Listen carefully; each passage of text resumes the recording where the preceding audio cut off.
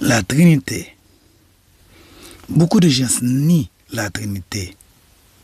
Pour eux, seul le Père est Dieu.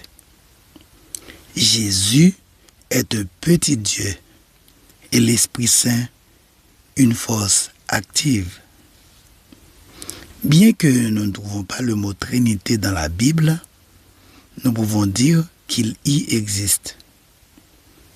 Dans le premier livre de la Bible, on peut l'observer. En Genèse 1, verset 26, nous lisons « Dieu dit, faisons l'homme à notre image ».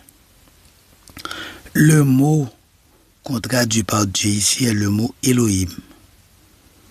Et nous voyons que Elohim dit faisons. C'est-à-dire que Dieu est plusieurs. Et lorsqu'il parle, il n'utilise pas la troisième personne du pluriel. Il utilise la première personne du pluriel. Nous. Ceux qui croient en la Trinité disent que le Dieu unique existe en trois personnes distinctes dont chacune possède les attributs de la déité. Chers amis, les trois personnes sont Dieu. Le Père est Dieu, selon Romains 1, verset 7, 1 Corinthiens 15, verset 24, 2 Pierre 1, verset 17. Le Fils est Dieu, selon Colossiens 1, verset 15 à 23, Colossiens 2, verset 9, Jean 1, verset 1 à 3, Jean 8, verset 58. L'Esprit Saint est Dieu, selon Actes des Apôtres chapitre 5, verset 3 et 4, Actes des Apôtres chapitre 28, verset 25, Genèse 1, verset 26, Job 33, verset 4. Les trois personnes possèdent les mêmes attributs. Les trois sont éternels.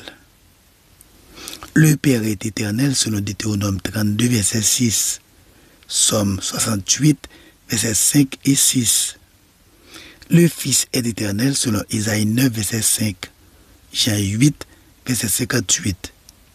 Le Saint-Esprit est éternel selon Hébreux 9, verset 14. Les trois personnes sont omniscients, omniprésents et omnipotents. Le Père est omniscient, omniprésent et omnipotent selon 1 Samuel 2, verset 3, Somme 139, verset 7 à 12, Genèse 17, verset 1. Le Fils est omniscient, omniprésent et omnipotent selon Jean 2, verset 24 à 25, Matthieu 18, verset 20, Matthieu 28, verset 20, Apocalypse 1, verset 8. Le Saint-Esprit est omniscient, omniprésent et omnipotent, selon 1 Corinthiens 2, verset 10, 12, Éphésiens 2, verset 18, 22, Job 33, verset 4. Les trois personnes sont appelées la vérité, le saint, la vie. Le Père est appelé la vérité au psaume 31, verset 6 et en Isaïe 65, verset 16. Le Fils est appelé la vérité en Jean 14, verset 6 et en Jean 1, verset 14. Le Saint-Esprit est appelé la vérité en 1 Jean 5, verset 6 et en Jean 14, verset 17. Le Saint, les trois sont appelés le Saint. Le Père est appelé le Saint en Job 6, verset 10 et en Osée 11, verset 9. Le Fils est appelé le Saint en Daniel 9, verset 24 et en Apocalypse 3, verset 7. Le Saint-Esprit est saint. D'ailleurs, son nom l'indique, Saint-Esprit. Il est saint, comme son nom l'indique, selon 1 Thessaloniciens 1, verset 5, Romains 15, verset 16. Les trois sont appelés la vie. Le Père est appelé la vie au psaume 36, verset 10 et en Jean 5, 26. Le Fils est appelé la vie en Jean 14, verset 6 Jean 1, verset 4, Jean 11, verset 25, et en 1 Jean 5, verset 21. Le Saint-Esprit est appelé la vie en Romains 8, verset 2. Mon ami, mon frère, ma sœur, des titres attribués uniquement au Père sont attribués au Fils. Le Père est appelé le premier et le dernier en Ésaïe 44, verset 6 et en Ésaïe 48, verset 12. Le Fils est appelé le premier et le dernier en Apocalypse 1, verset 17, 18 et en Apocalypse 2, verset 8. Le Fils est appelé l'alpha et l'oméga en Apocalypse 1, verset 8, Apocalypse 21, verset 6 et en Apocalypse 22, verset 13. Notez bien, chers amis, les trois personnes de la Trinité sont distinctes. Le Père, c'est le Père, le Fils, c'est le Fils, le Saint-Esprit, c'est le Saint-Esprit. Matthieu 3, verset 13 à 17, 2 Corinthiens 13, verset 13 et 14, Jean 14, verset 16, 17, 25 et 26, sont des références où ces trois personnes distinctes sont ensemble, c'est-à-dire dans un même lieu.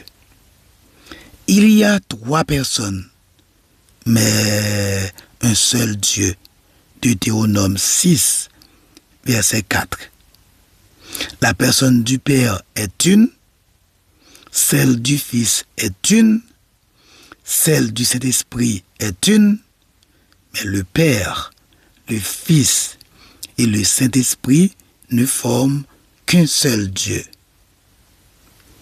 Il faut noter également que fonctionnellement, le Fils est subordonné au Père. Philippiens 2, versets 6 et 7. Le Saint-Esprit est subordonné au Fils. Jean 16, verset 7. Le mot premier-né de Colossiens 1, verset 15 ne veut pas dire que Jésus a été créé. Ce terme correspond au mot grec prototokos, qui veut dire celui qui est au-dessus d'eux. La nation d'Israël est le premier-né du Père, selon Exode 4, verset 22. Mais elle n'est pas la première nation créée. Elle a été déclarée par Dieu première. Dieu l'a mise au-dessus de toutes les nations. Christ est le premier-né d'entre les morts, mais il n'est pas le premier mort, ni le premier qui a été ressuscité d'entre les morts.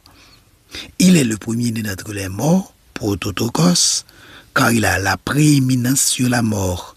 Il est supérieur à la mort. Il est au-dessus de la mort. Il n'a pas seulement la prééminence sur la mort, il a la prééminence sur toutes choses. Jésus est appelé roi des rois et seigneur des seigneurs en Apocalypse 17, verset 14 et en Apocalypse 19, verset 16.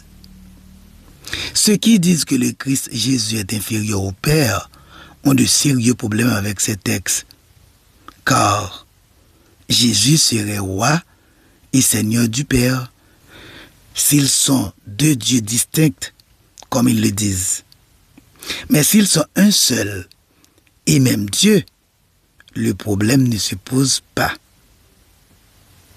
Le Père est incrié, le Fils est incrié, le Saint-Esprit est incrié. Le Père est immense, le Fils est immense, le Saint-Esprit est immense. Le Père est éternel, le Fils est éternel, le Saint-Esprit est éternel. Et cependant, il n'y a pas trois éternels, mais un seul éternel, Dieu. De même que le Père est tout-puissant, le Fils est tout-puissant, et tout-puissant est le Saint-Esprit. Cependant, il n'y a pas trois tout-puissants, mais un seul tout-puissant, Dieu. De même que le Père est Dieu, le Fils est Dieu, le Saint-Esprit est Dieu. Et cependant, il n'y a pas trois dieux, mais un seul Dieu. Un seul Dieu en trois personnes distinctes.